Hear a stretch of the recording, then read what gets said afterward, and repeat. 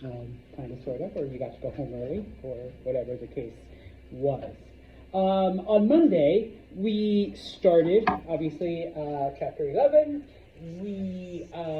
Or no, we didn't start. We started it last week. But so far, the chapter has begun with, number one, we talked about the Black Death and its spread. It starts in China, and from China moves across Asia into various parts of Europe. Okay, we talked about the effects overall that the Black Plague has on. Okay. Someone was just staring in the window. The overall effects that the Black Plague has on the population. What was the estimate? How many people actually survived it? Yeah, Not that much. if that much, yeah, 30%, maybe less. Obviously, we don't have accurate numbers, but just imagine, once again, you guys heard it. Okay? Sorry, guys, the rest of you are unalive. All right, but this is it. Okay, after the spread. Then, of course, we specifically looked at Muslim countries and the effect of the Black Plague on them, and how, things changed in those countries because of the plague. Probably the most important thing, and we looked at it for quite a bit. We see the Ottomans, the Ottoman Turks take over and rise up and establish an empire that lasted till about 1919. And so we looked at some of the history and some of the other things that they did. Okay, we finished off Monday. I promise I'll come back. We finished off Monday. We started Central Europe. Okay, remember that in Europe, okay, we see number one, people have lost their faith in the church. The church is slowly losing its power, not only because, can't control people if they're dead, all right, but also those that survived are like, seriously, we prayed and then prayed some more, thoughts and prayers, and we all still died. Okay, so like, what's the deal, church? Okay, in addition, when it comes to socially, okay, remember that Europe is under the rule at this time of feudalism, where if you have a lord that owns all the land, okay, you work for the lord in various capacities. In return, they provide you land, protection, etc. Okay, that is the system that has been in place throughout the Middle Ages. Along comes the Black Plague, and once again, wipes out either the lord or several of the peasants and whatnot. And so in this case, the few peasants that are left want better conditions. And so we see in various parts of Europe, yes, we see a lot of peasant revolts. We see people like fighting back. Okay, in this case, in France and in England. And we do see a fundamental change, which we will talk about today.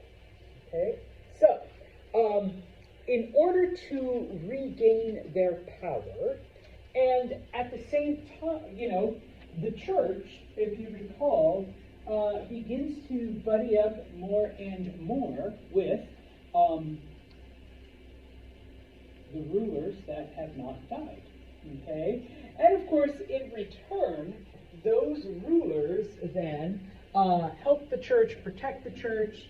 The control that they have over the remaining peasants. Okay, we see that they, keep them in line by telling them that, they must go to church, they must do the things. Okay, remember that. Sorry, I just summarized it there. Number one, the ruling class, the government, is pushing the people. Yeah, I know you've all lost faith, but you got to get it back. All right, the church is what's going to save you. The church is going to save your soul. The church, whatever. At the same time, okay, the churches say, yes, King Morgan here was chosen by God to rule over you, and obviously chosen by God to survive. All right? So if you rebel against King Morgan here, sorry, because we have no queens yet. Who are you rebelling against? God. Yeah. You're going up against God because this is God's chosen king. Okay? And of course, the king is saying, you guys got to go to church, got to pray. I know the plague was bad, but you survived. Okay? You do got to know this phrase. What is this chosen by God known as in Europe? Divine right. Yes, the divine right of kings. Okay? Or just divine right. Okay? Yeah. Now, we have one or two big examples. Okay? In Austria, okay, post-plague, there is a family, the Habsburgs. They come to power in Austria thanks to their alliance with the Pope, with the Church. Okay, they are the clearest example of this, where the Habsburgs pushed Catholicism, pushed the Pope, pushed all of that on the people. In return, the Pope is like, the Habsburgs are it. They were chosen by God, and they're the ones that are meant to rule over you. This is in the 1300s. The Habsburgs rule Austria until 1990. Okay, same as the Ottomans. It's World War I that does the name. Okay, although there's still Habsburgs out there. Okay, they're just not kings anymore. Okay. So yeah. Now, eventually, I put over there also ruled over Spain, because what happens, and we'll talk about this more later on, is the different ruling families in Europe, they all intermarry. Okay, so the Habsburgs in Austria intermarried with the Spanish royal family, and so eventually you have the Spanish Habsburgs and the Austrian Habsburgs and the French Habsburgs, and seriously, World War I, all the kings, King of Germany, King of England, King of Russia, they were all first cousins. I know, family wars are the best. All right, because, all of the royal families had intermarried, basically. Okay? Now, what also begins to happen, and you do need to know this, okay? During this time, this is something else that happens post-plague in Europe, we see the formation of something called the Holy Roman Empire. Okay? It wasn't an empire. It wasn't Roman. It really wasn't all that holy either. Okay? But that was the name of it. Okay? Now, just a little step back. Even though I may say German or Germany or something, there is no Germany until 1871. Okay? Doesn't exist until then. Before that time, each area was its own little German kingdom or principality or whatever. Okay, so you had Bavaria, you had Prussia, you had Hesse, you had Mecklenburg, you had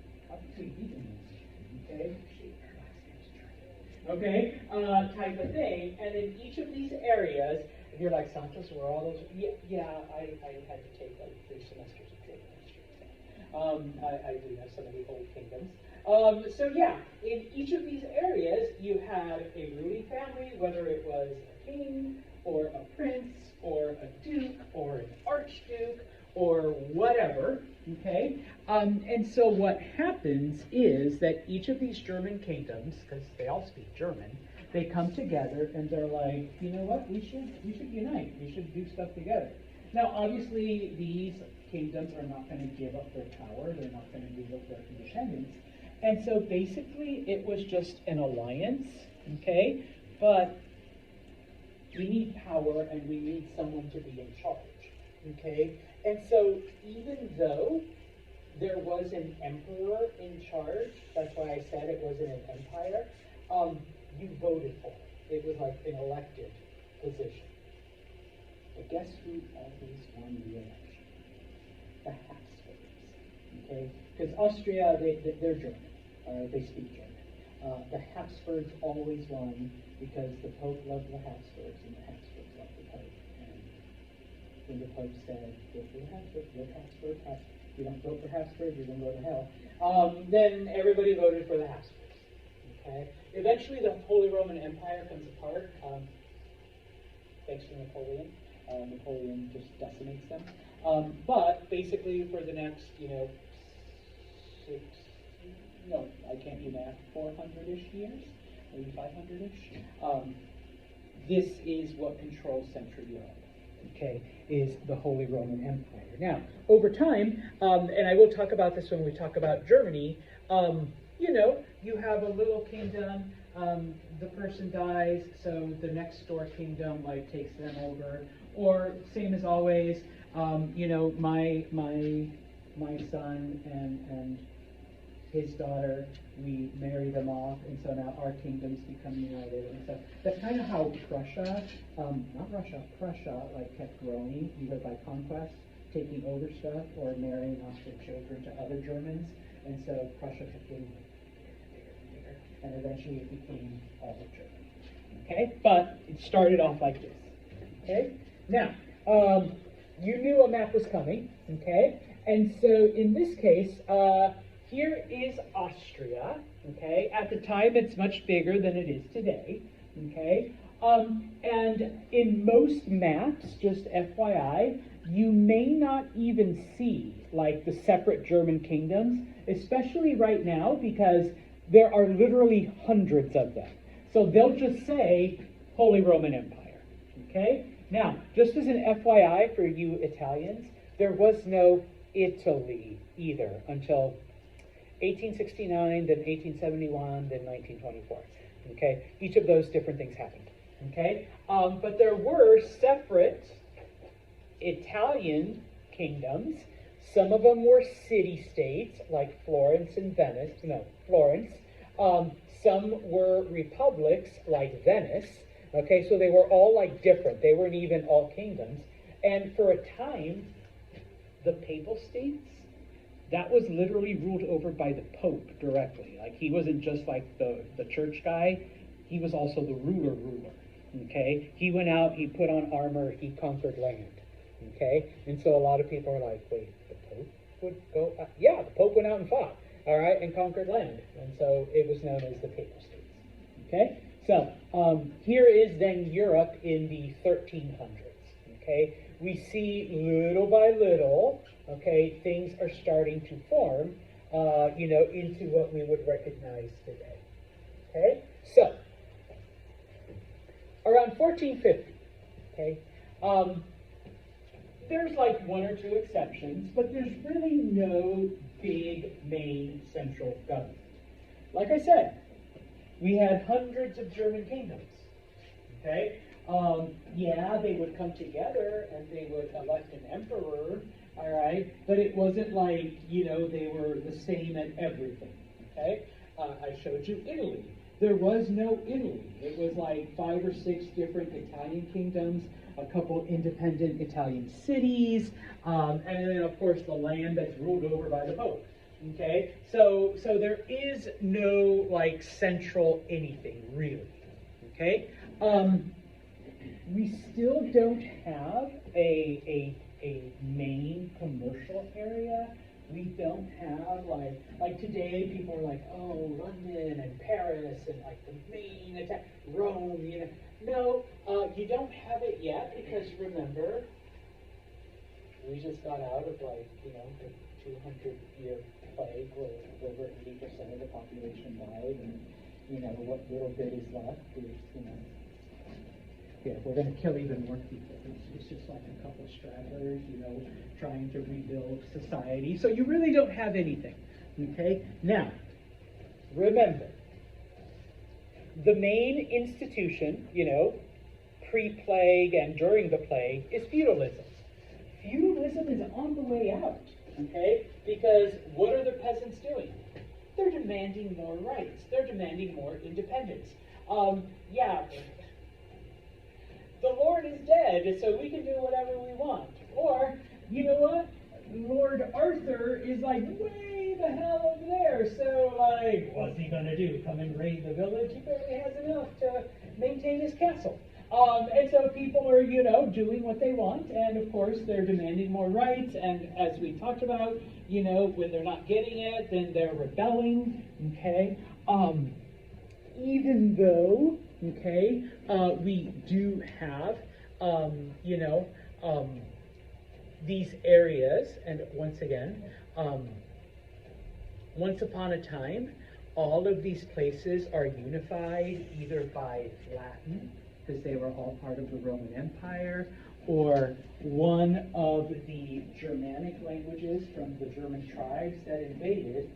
Little by little, as these areas, begin to separate, we begin to see the rise of new languages, okay? So things like Spanish and French, and slowly English begins to break off from German, and I do say German, but there's different varieties of German amongst the different kingdoms, and it does take several hundred years for a unified language. Same thing happened with Italian. This is just me being a dork today, or a nerd. Here, I promise I'll come back. Modern Italian is actually Genovese, or it's what they spoke in general. All right, and so I've actually, and not that you guys aren't real Italians, okay, but I've actually spoken to some, people from Italy, and in some places they're like, oh yeah, in this little village in Sicily, they still speak the original dialect, or, my grandparents actually spoke Piedmontese, like, and so it's kind of like, okay, so yeah, little by little though, that begins morphing away from, Latin or like the big overarching languages into these individual little languages, even Spanish. And those of you that those of you that have had me for Spanish, what I speak, lo que yo enseño en español, even though we call it Spanish, it's not Spanish, it's Castilian. There are other languages like Catalan and Valencian and Aragonese and Leonese and all these other that can also be Spanish, just like, Italian and German and all that other stuff. But we're starting to see that throughout all of Europe, okay? And yeah, in this case, especially in England, different people, okay, are starting to say, well, this Lord's dead, this Lord is dead, my family should take over. And then, of course, Jade says, well, no, my family should take over. And so you have multiple claims to different thrones. So it is a period of warfare, because that's how you solve any kind of debate over who's going to be the king. In England, though, it's a little bit different, okay? People begin to be like, you know what, let those royals fight amongst themselves. Why don't we form a body where we decide certain things, and then just tell the king, king, this is what's going to happen, all right? You need to run it by us first. Now, obviously, Parliament isn't that powerful yet, okay? But these are its beginnings, okay? Now, just as an FYI, I had a history professor when I was, taking some of my first history classes. Back then, it was still Queen Elizabeth. She died, 2 years ago. All right, so now it's King Charles. Okay, so we'll have to say King Charles, but he said Queen Elizabeth. King Charles has one job. Thank you. I was going to go with the wave, but we can do the picture too. Walking, talking tourist attraction. This is his job.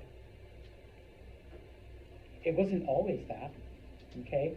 But over the hundreds of years since Parliament formed, the royals in Britain have lost more and more power. All right? Once upon a time, they could actually do shit. All right? Now, here's what Charles does. Okay. give you money. Okay? But yeah, all right, that's basically it. Like I said, walking, talking tourist attraction. Okay? Parliament now controls, everything. All right? So it started back then. Okay? Now, what do I mean by 15th century? 1400s, yes, I know, threw that in there. Got to keep the brain sharp. All right? In the 1400s, okay, we see, all right, these different monarchies, these different royal families firmly establish, okay, themselves. All right?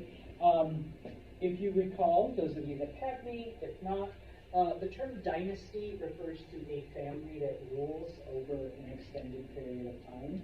Okay? So, first, and then,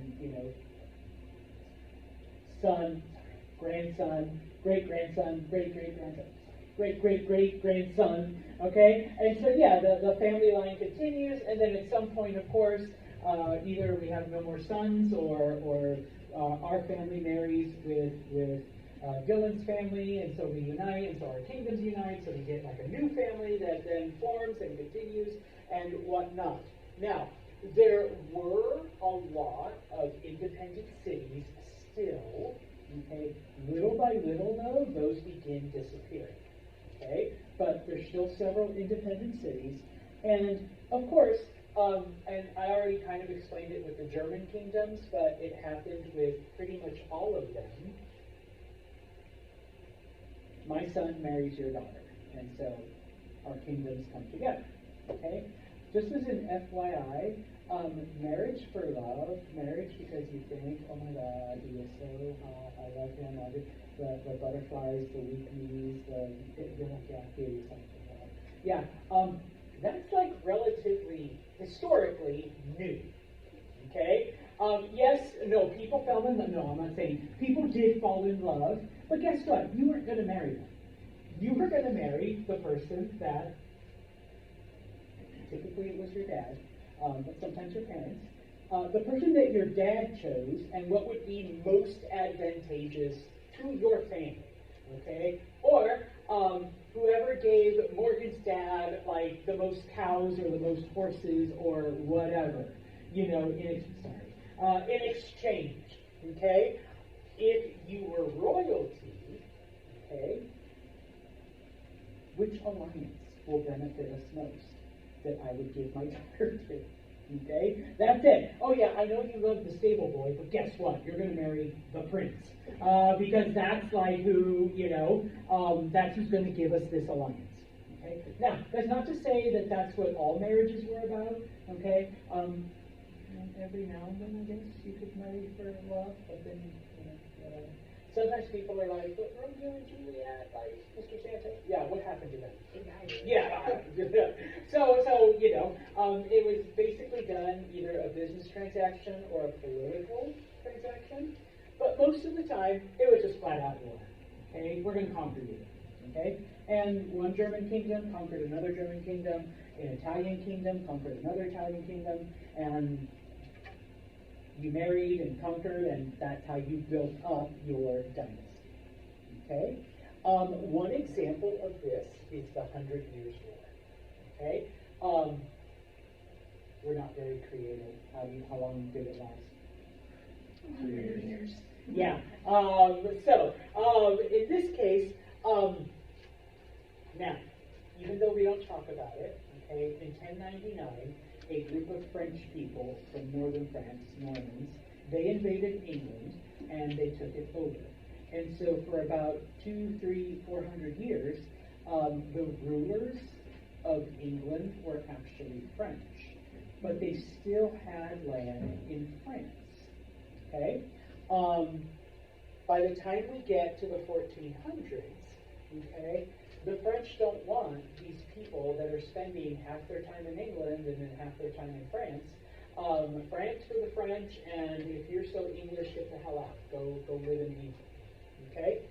That was the 100 Years' War. If you need a bit more specifics, it's the war with Joan of Arc. Okay? That's the war that Joan of Arc fought in. Joan of Arc did defeat the English towards the end, was able to drive them out. The king at the time was Charles, which one? The 7th, I thought it was the 8th.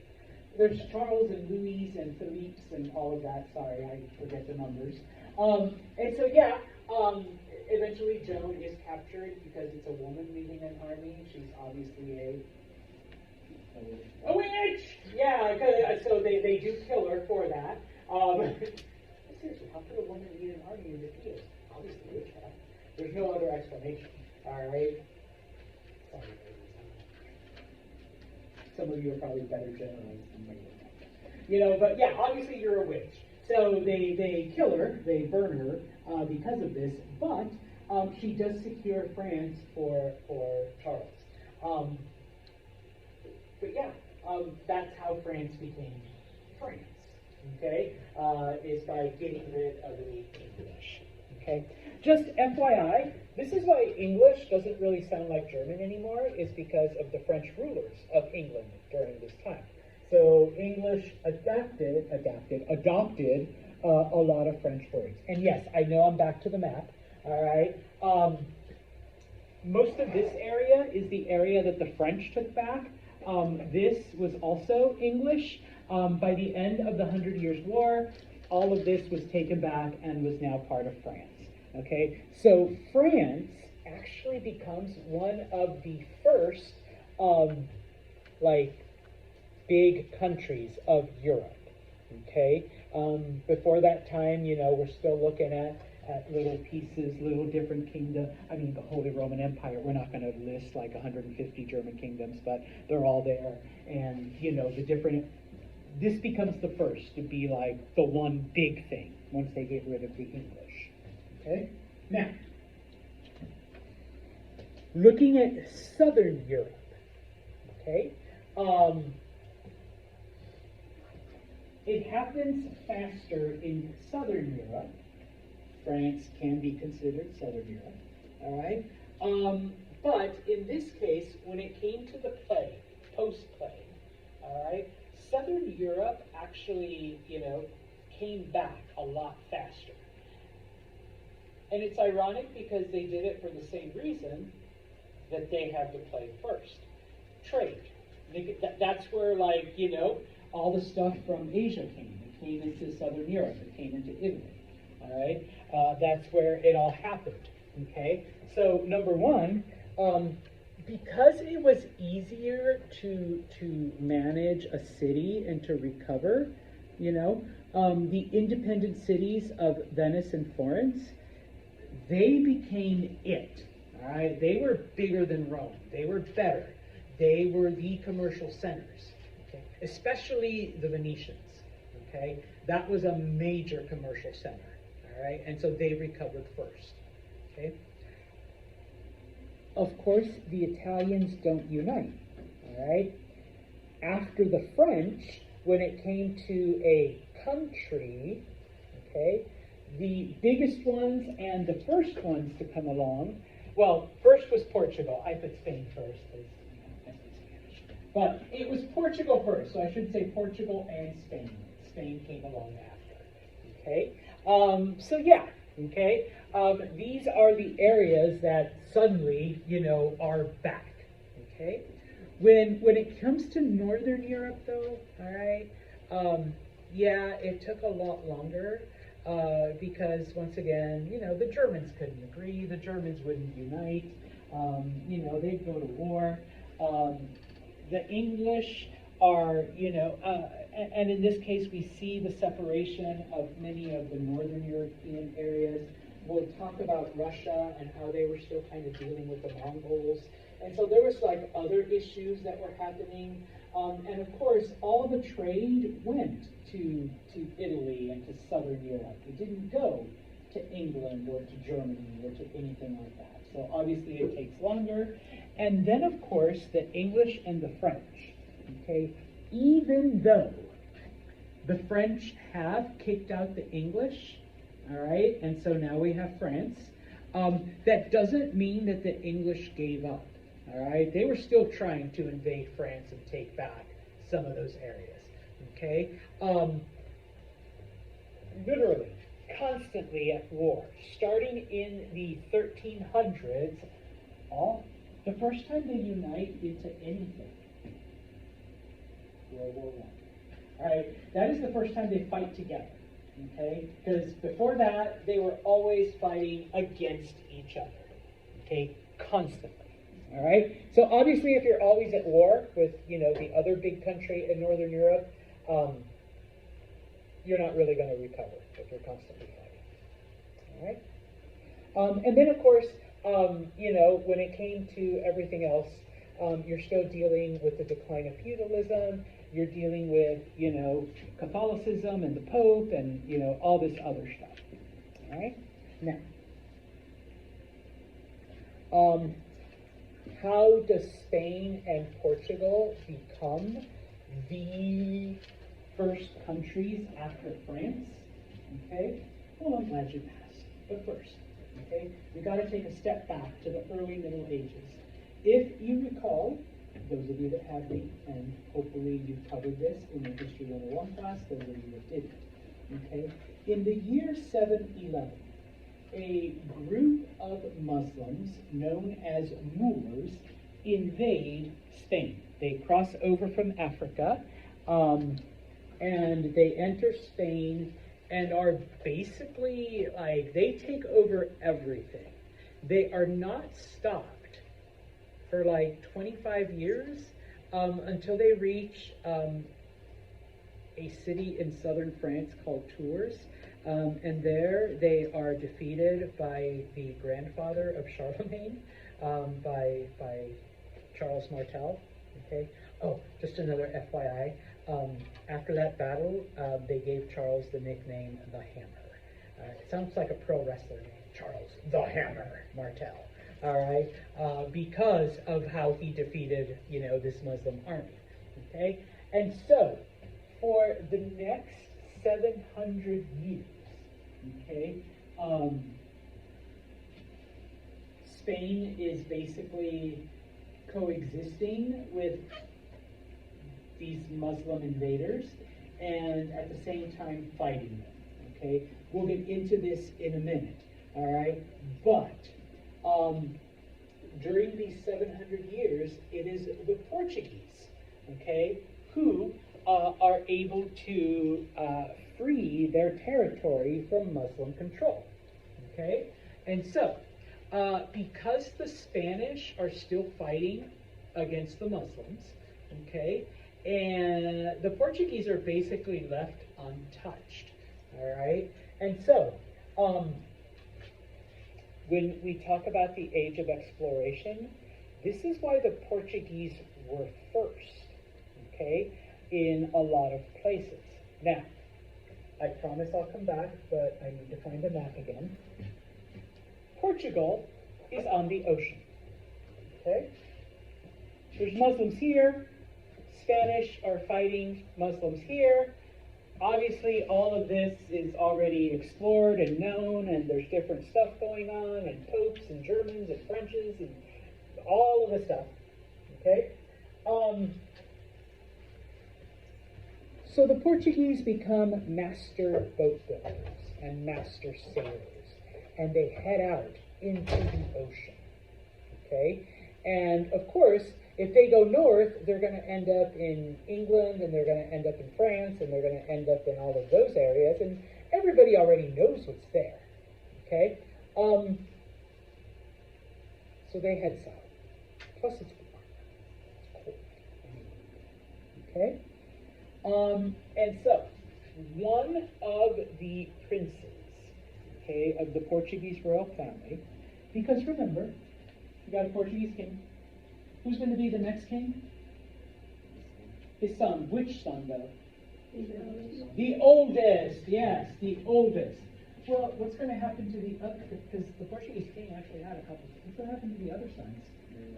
Married off or whatever. Well, one of them, Prince Henry, okay, in Portuguese, Enrique, Prince Henry, who becomes known as the Navigator, he had an interest in sailing. He had an interest, and he sponsored and pushed, that was his big pet project, okay, in for the time, modernizing the Portuguese fleet and building it.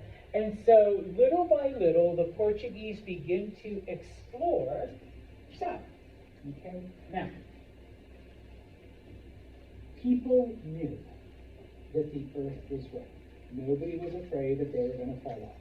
People who were educated understood this.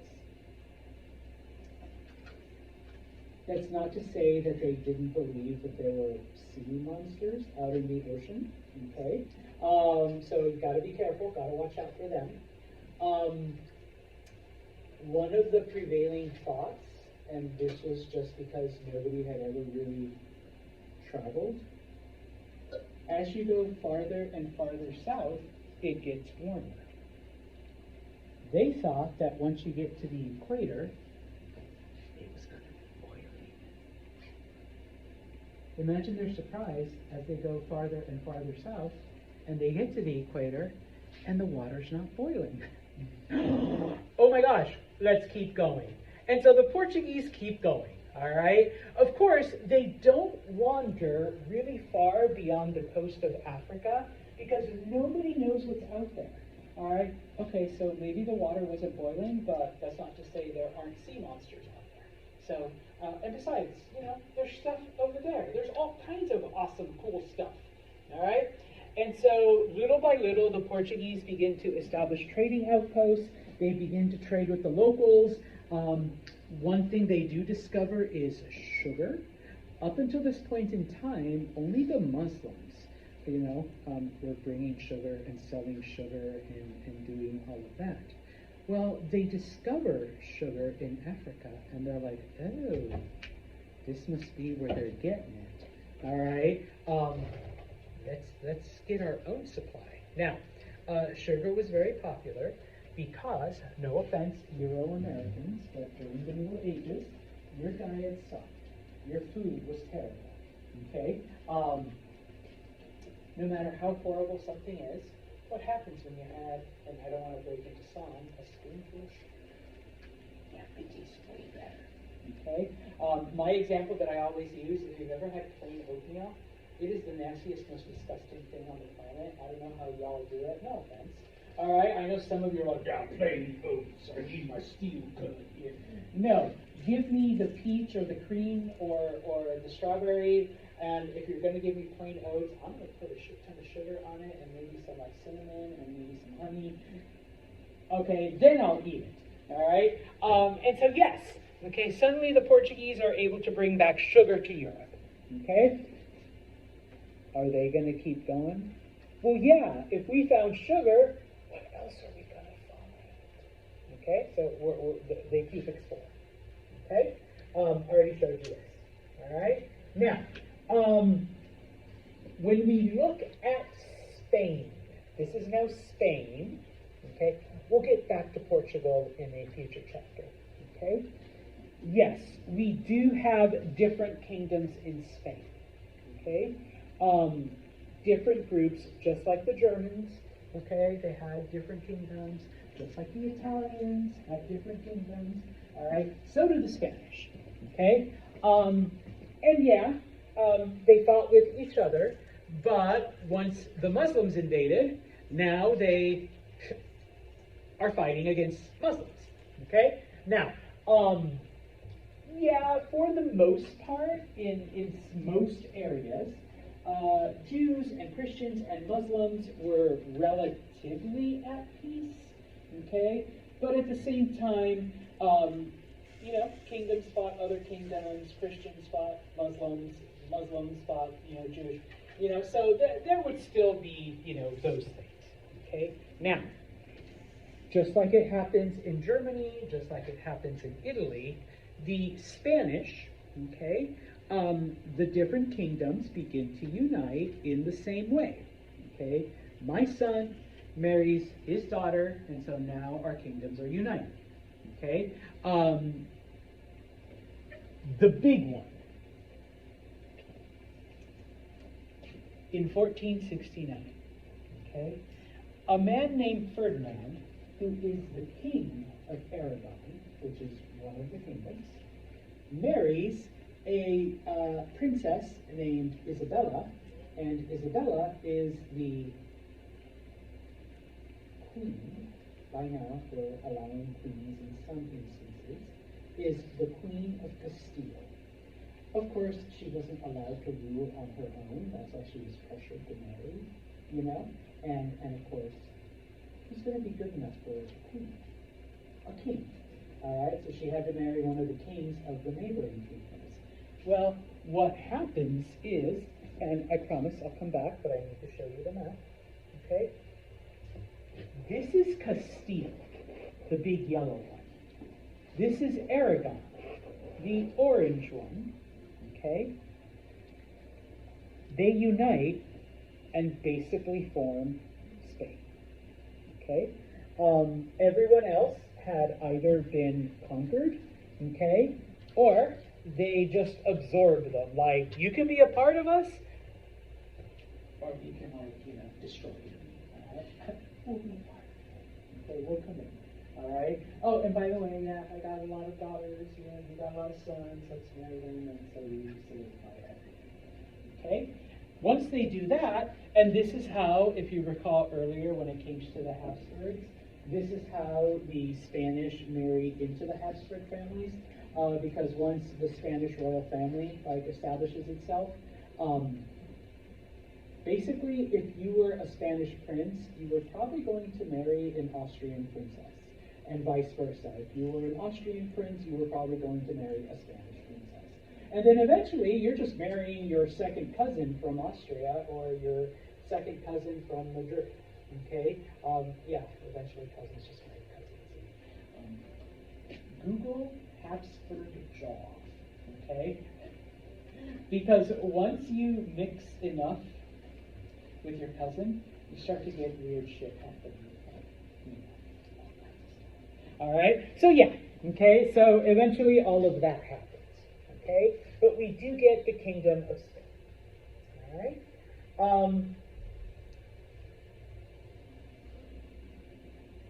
Okay, 2 more slides. We'll finish off with the Renaissance, okay? Now that Ferdinand and Isabella are combined, okay, they push all of the Muslims south. They wage all-out war against every single Muslim in Spain, okay? By March of 1492, there is just one city left, and that is the city of Granada, that is controlled by Muslims, okay? They are able to take it over, and with the expulsion of every Muslim in Spain, okay, the period of time is known as the Reconquista, the Reconquest. Ferdinand and Isabella now turn their attention, and if you read, once again, this is for my class, the people that took History 101 with me, hopefully you covered this, and those of you that took it with someone else. One of the effects of the Crusades, okay, is that in Spain, it wasn't just, okay, we got rid of Muslims. We need to get rid of every non-Catholic, okay? Because towards the end of the Crusades, that became the focus, not just fighting Muslims, but fighting non-Catholics, which included Orthodox Christians, which is why they attacked Constantinople, and Constantinople fell, and then, 1453, it really fell, okay? So it's all kind of tied in together. And so in this case, now that we've gotten rid of Muslims, let's get rid of anyone that disagrees with the Catholic Church, okay? Because we saw what happened over in the Holy Land. We saw what happened in Constantinople. We saw what happened in Egypt. We need to get rid of every non-Catholic, okay? So, even though the Inquisition becomes famous, and I use the more like infamous, during the Reformation, which is when we'll talk about that in the next chapter, other churches formed besides the Catholic Church. It starts in 1481 as a way to get rid of all non-Catholics from Spain. Okay? Now, if you're Jewish or Muslim and you don't want to leave Spain because you feel more Spanish than, it's more important to you to stay in your country than to keep your religion, a lot of people converted to Christianity. If this is the only way I can stay in Spain, then I will convert. Okay? Well, that wasn't good enough for Ferdinand and Isabella, because they realized that some people, not all of them, but some, only did it so they wouldn't have to leave. All right? So the Inquisition starts not just to get rid of all Jews and Muslims, because they do. Now we're going to take out all the fake converts. Okay? The people that don't really believe in Christianity, but they say they do, so they don't have to leave Spain. Okay? And so, similar to our current situation, people would tell on their neighbors, like, no, I heard them speaking Arabic. Okay? I saw a menorah in their house. They had a prayer line. I saw them with a drill. Okay? And so, yeah, eventually the Inquisition then rounds up these fake converts and tortures them until they admit, yes, I converted under false pretense, I really still believe in whatever. And then, oh, because of that, we either kill you or we expel you.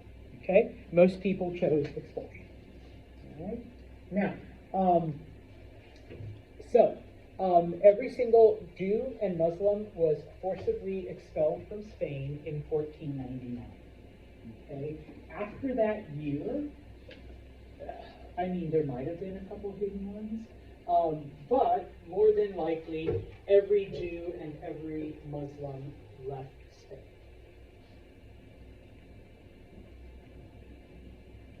What do we do now? We defeated the Muslims. We got rid of all the fake converts. We united our kingdom. Now what? Okay, I'm going to preach just a little. This is what happens with history. It tends to cycle itself. Once you've gotten rid of one group, or once you've tackled one issue, you go on to the next one. And you go on to the next one. And you go on to the next one. And then, of course, what happens now when we run out of people to persecute or issues to handle or, whatever? Well, a new project, okay?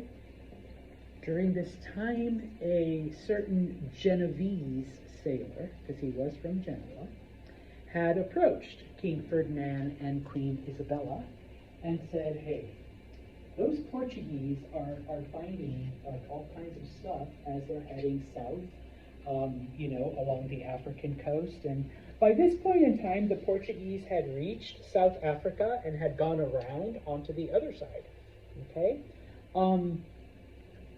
Remember, once again, everybody who was educated knew that the earth was round. Okay? So he wasn't trying to convince Ferdinand and Isabella that the earth was round. Okay? He was trying to convince them to finance his journey that if I do this, eventually I'll end up over here. Okay? Before the Portuguese. Okay? We'll talk about this in the next chapter. The problem was Columbus's math was wrong. And he thought the planet was smaller than it actually was. Didn't he always say he thought it was parachute when he was on top of the North Pole? Yeah. Okay. So he didn't have a very clear idea as to what existed. Okay.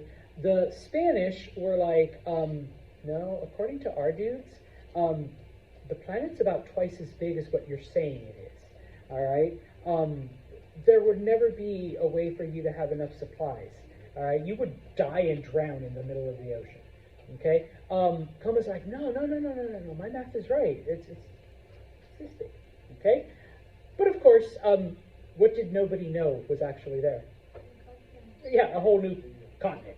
All right. And so because of this, okay, eventually Spain does conquer the Americas and rich and powerful and all that other shit and destroyed native tribes and conquered most of Europe and the world and all of that.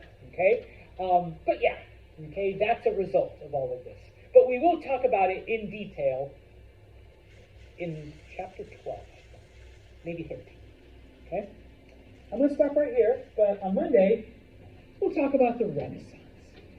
Because now we enter the return.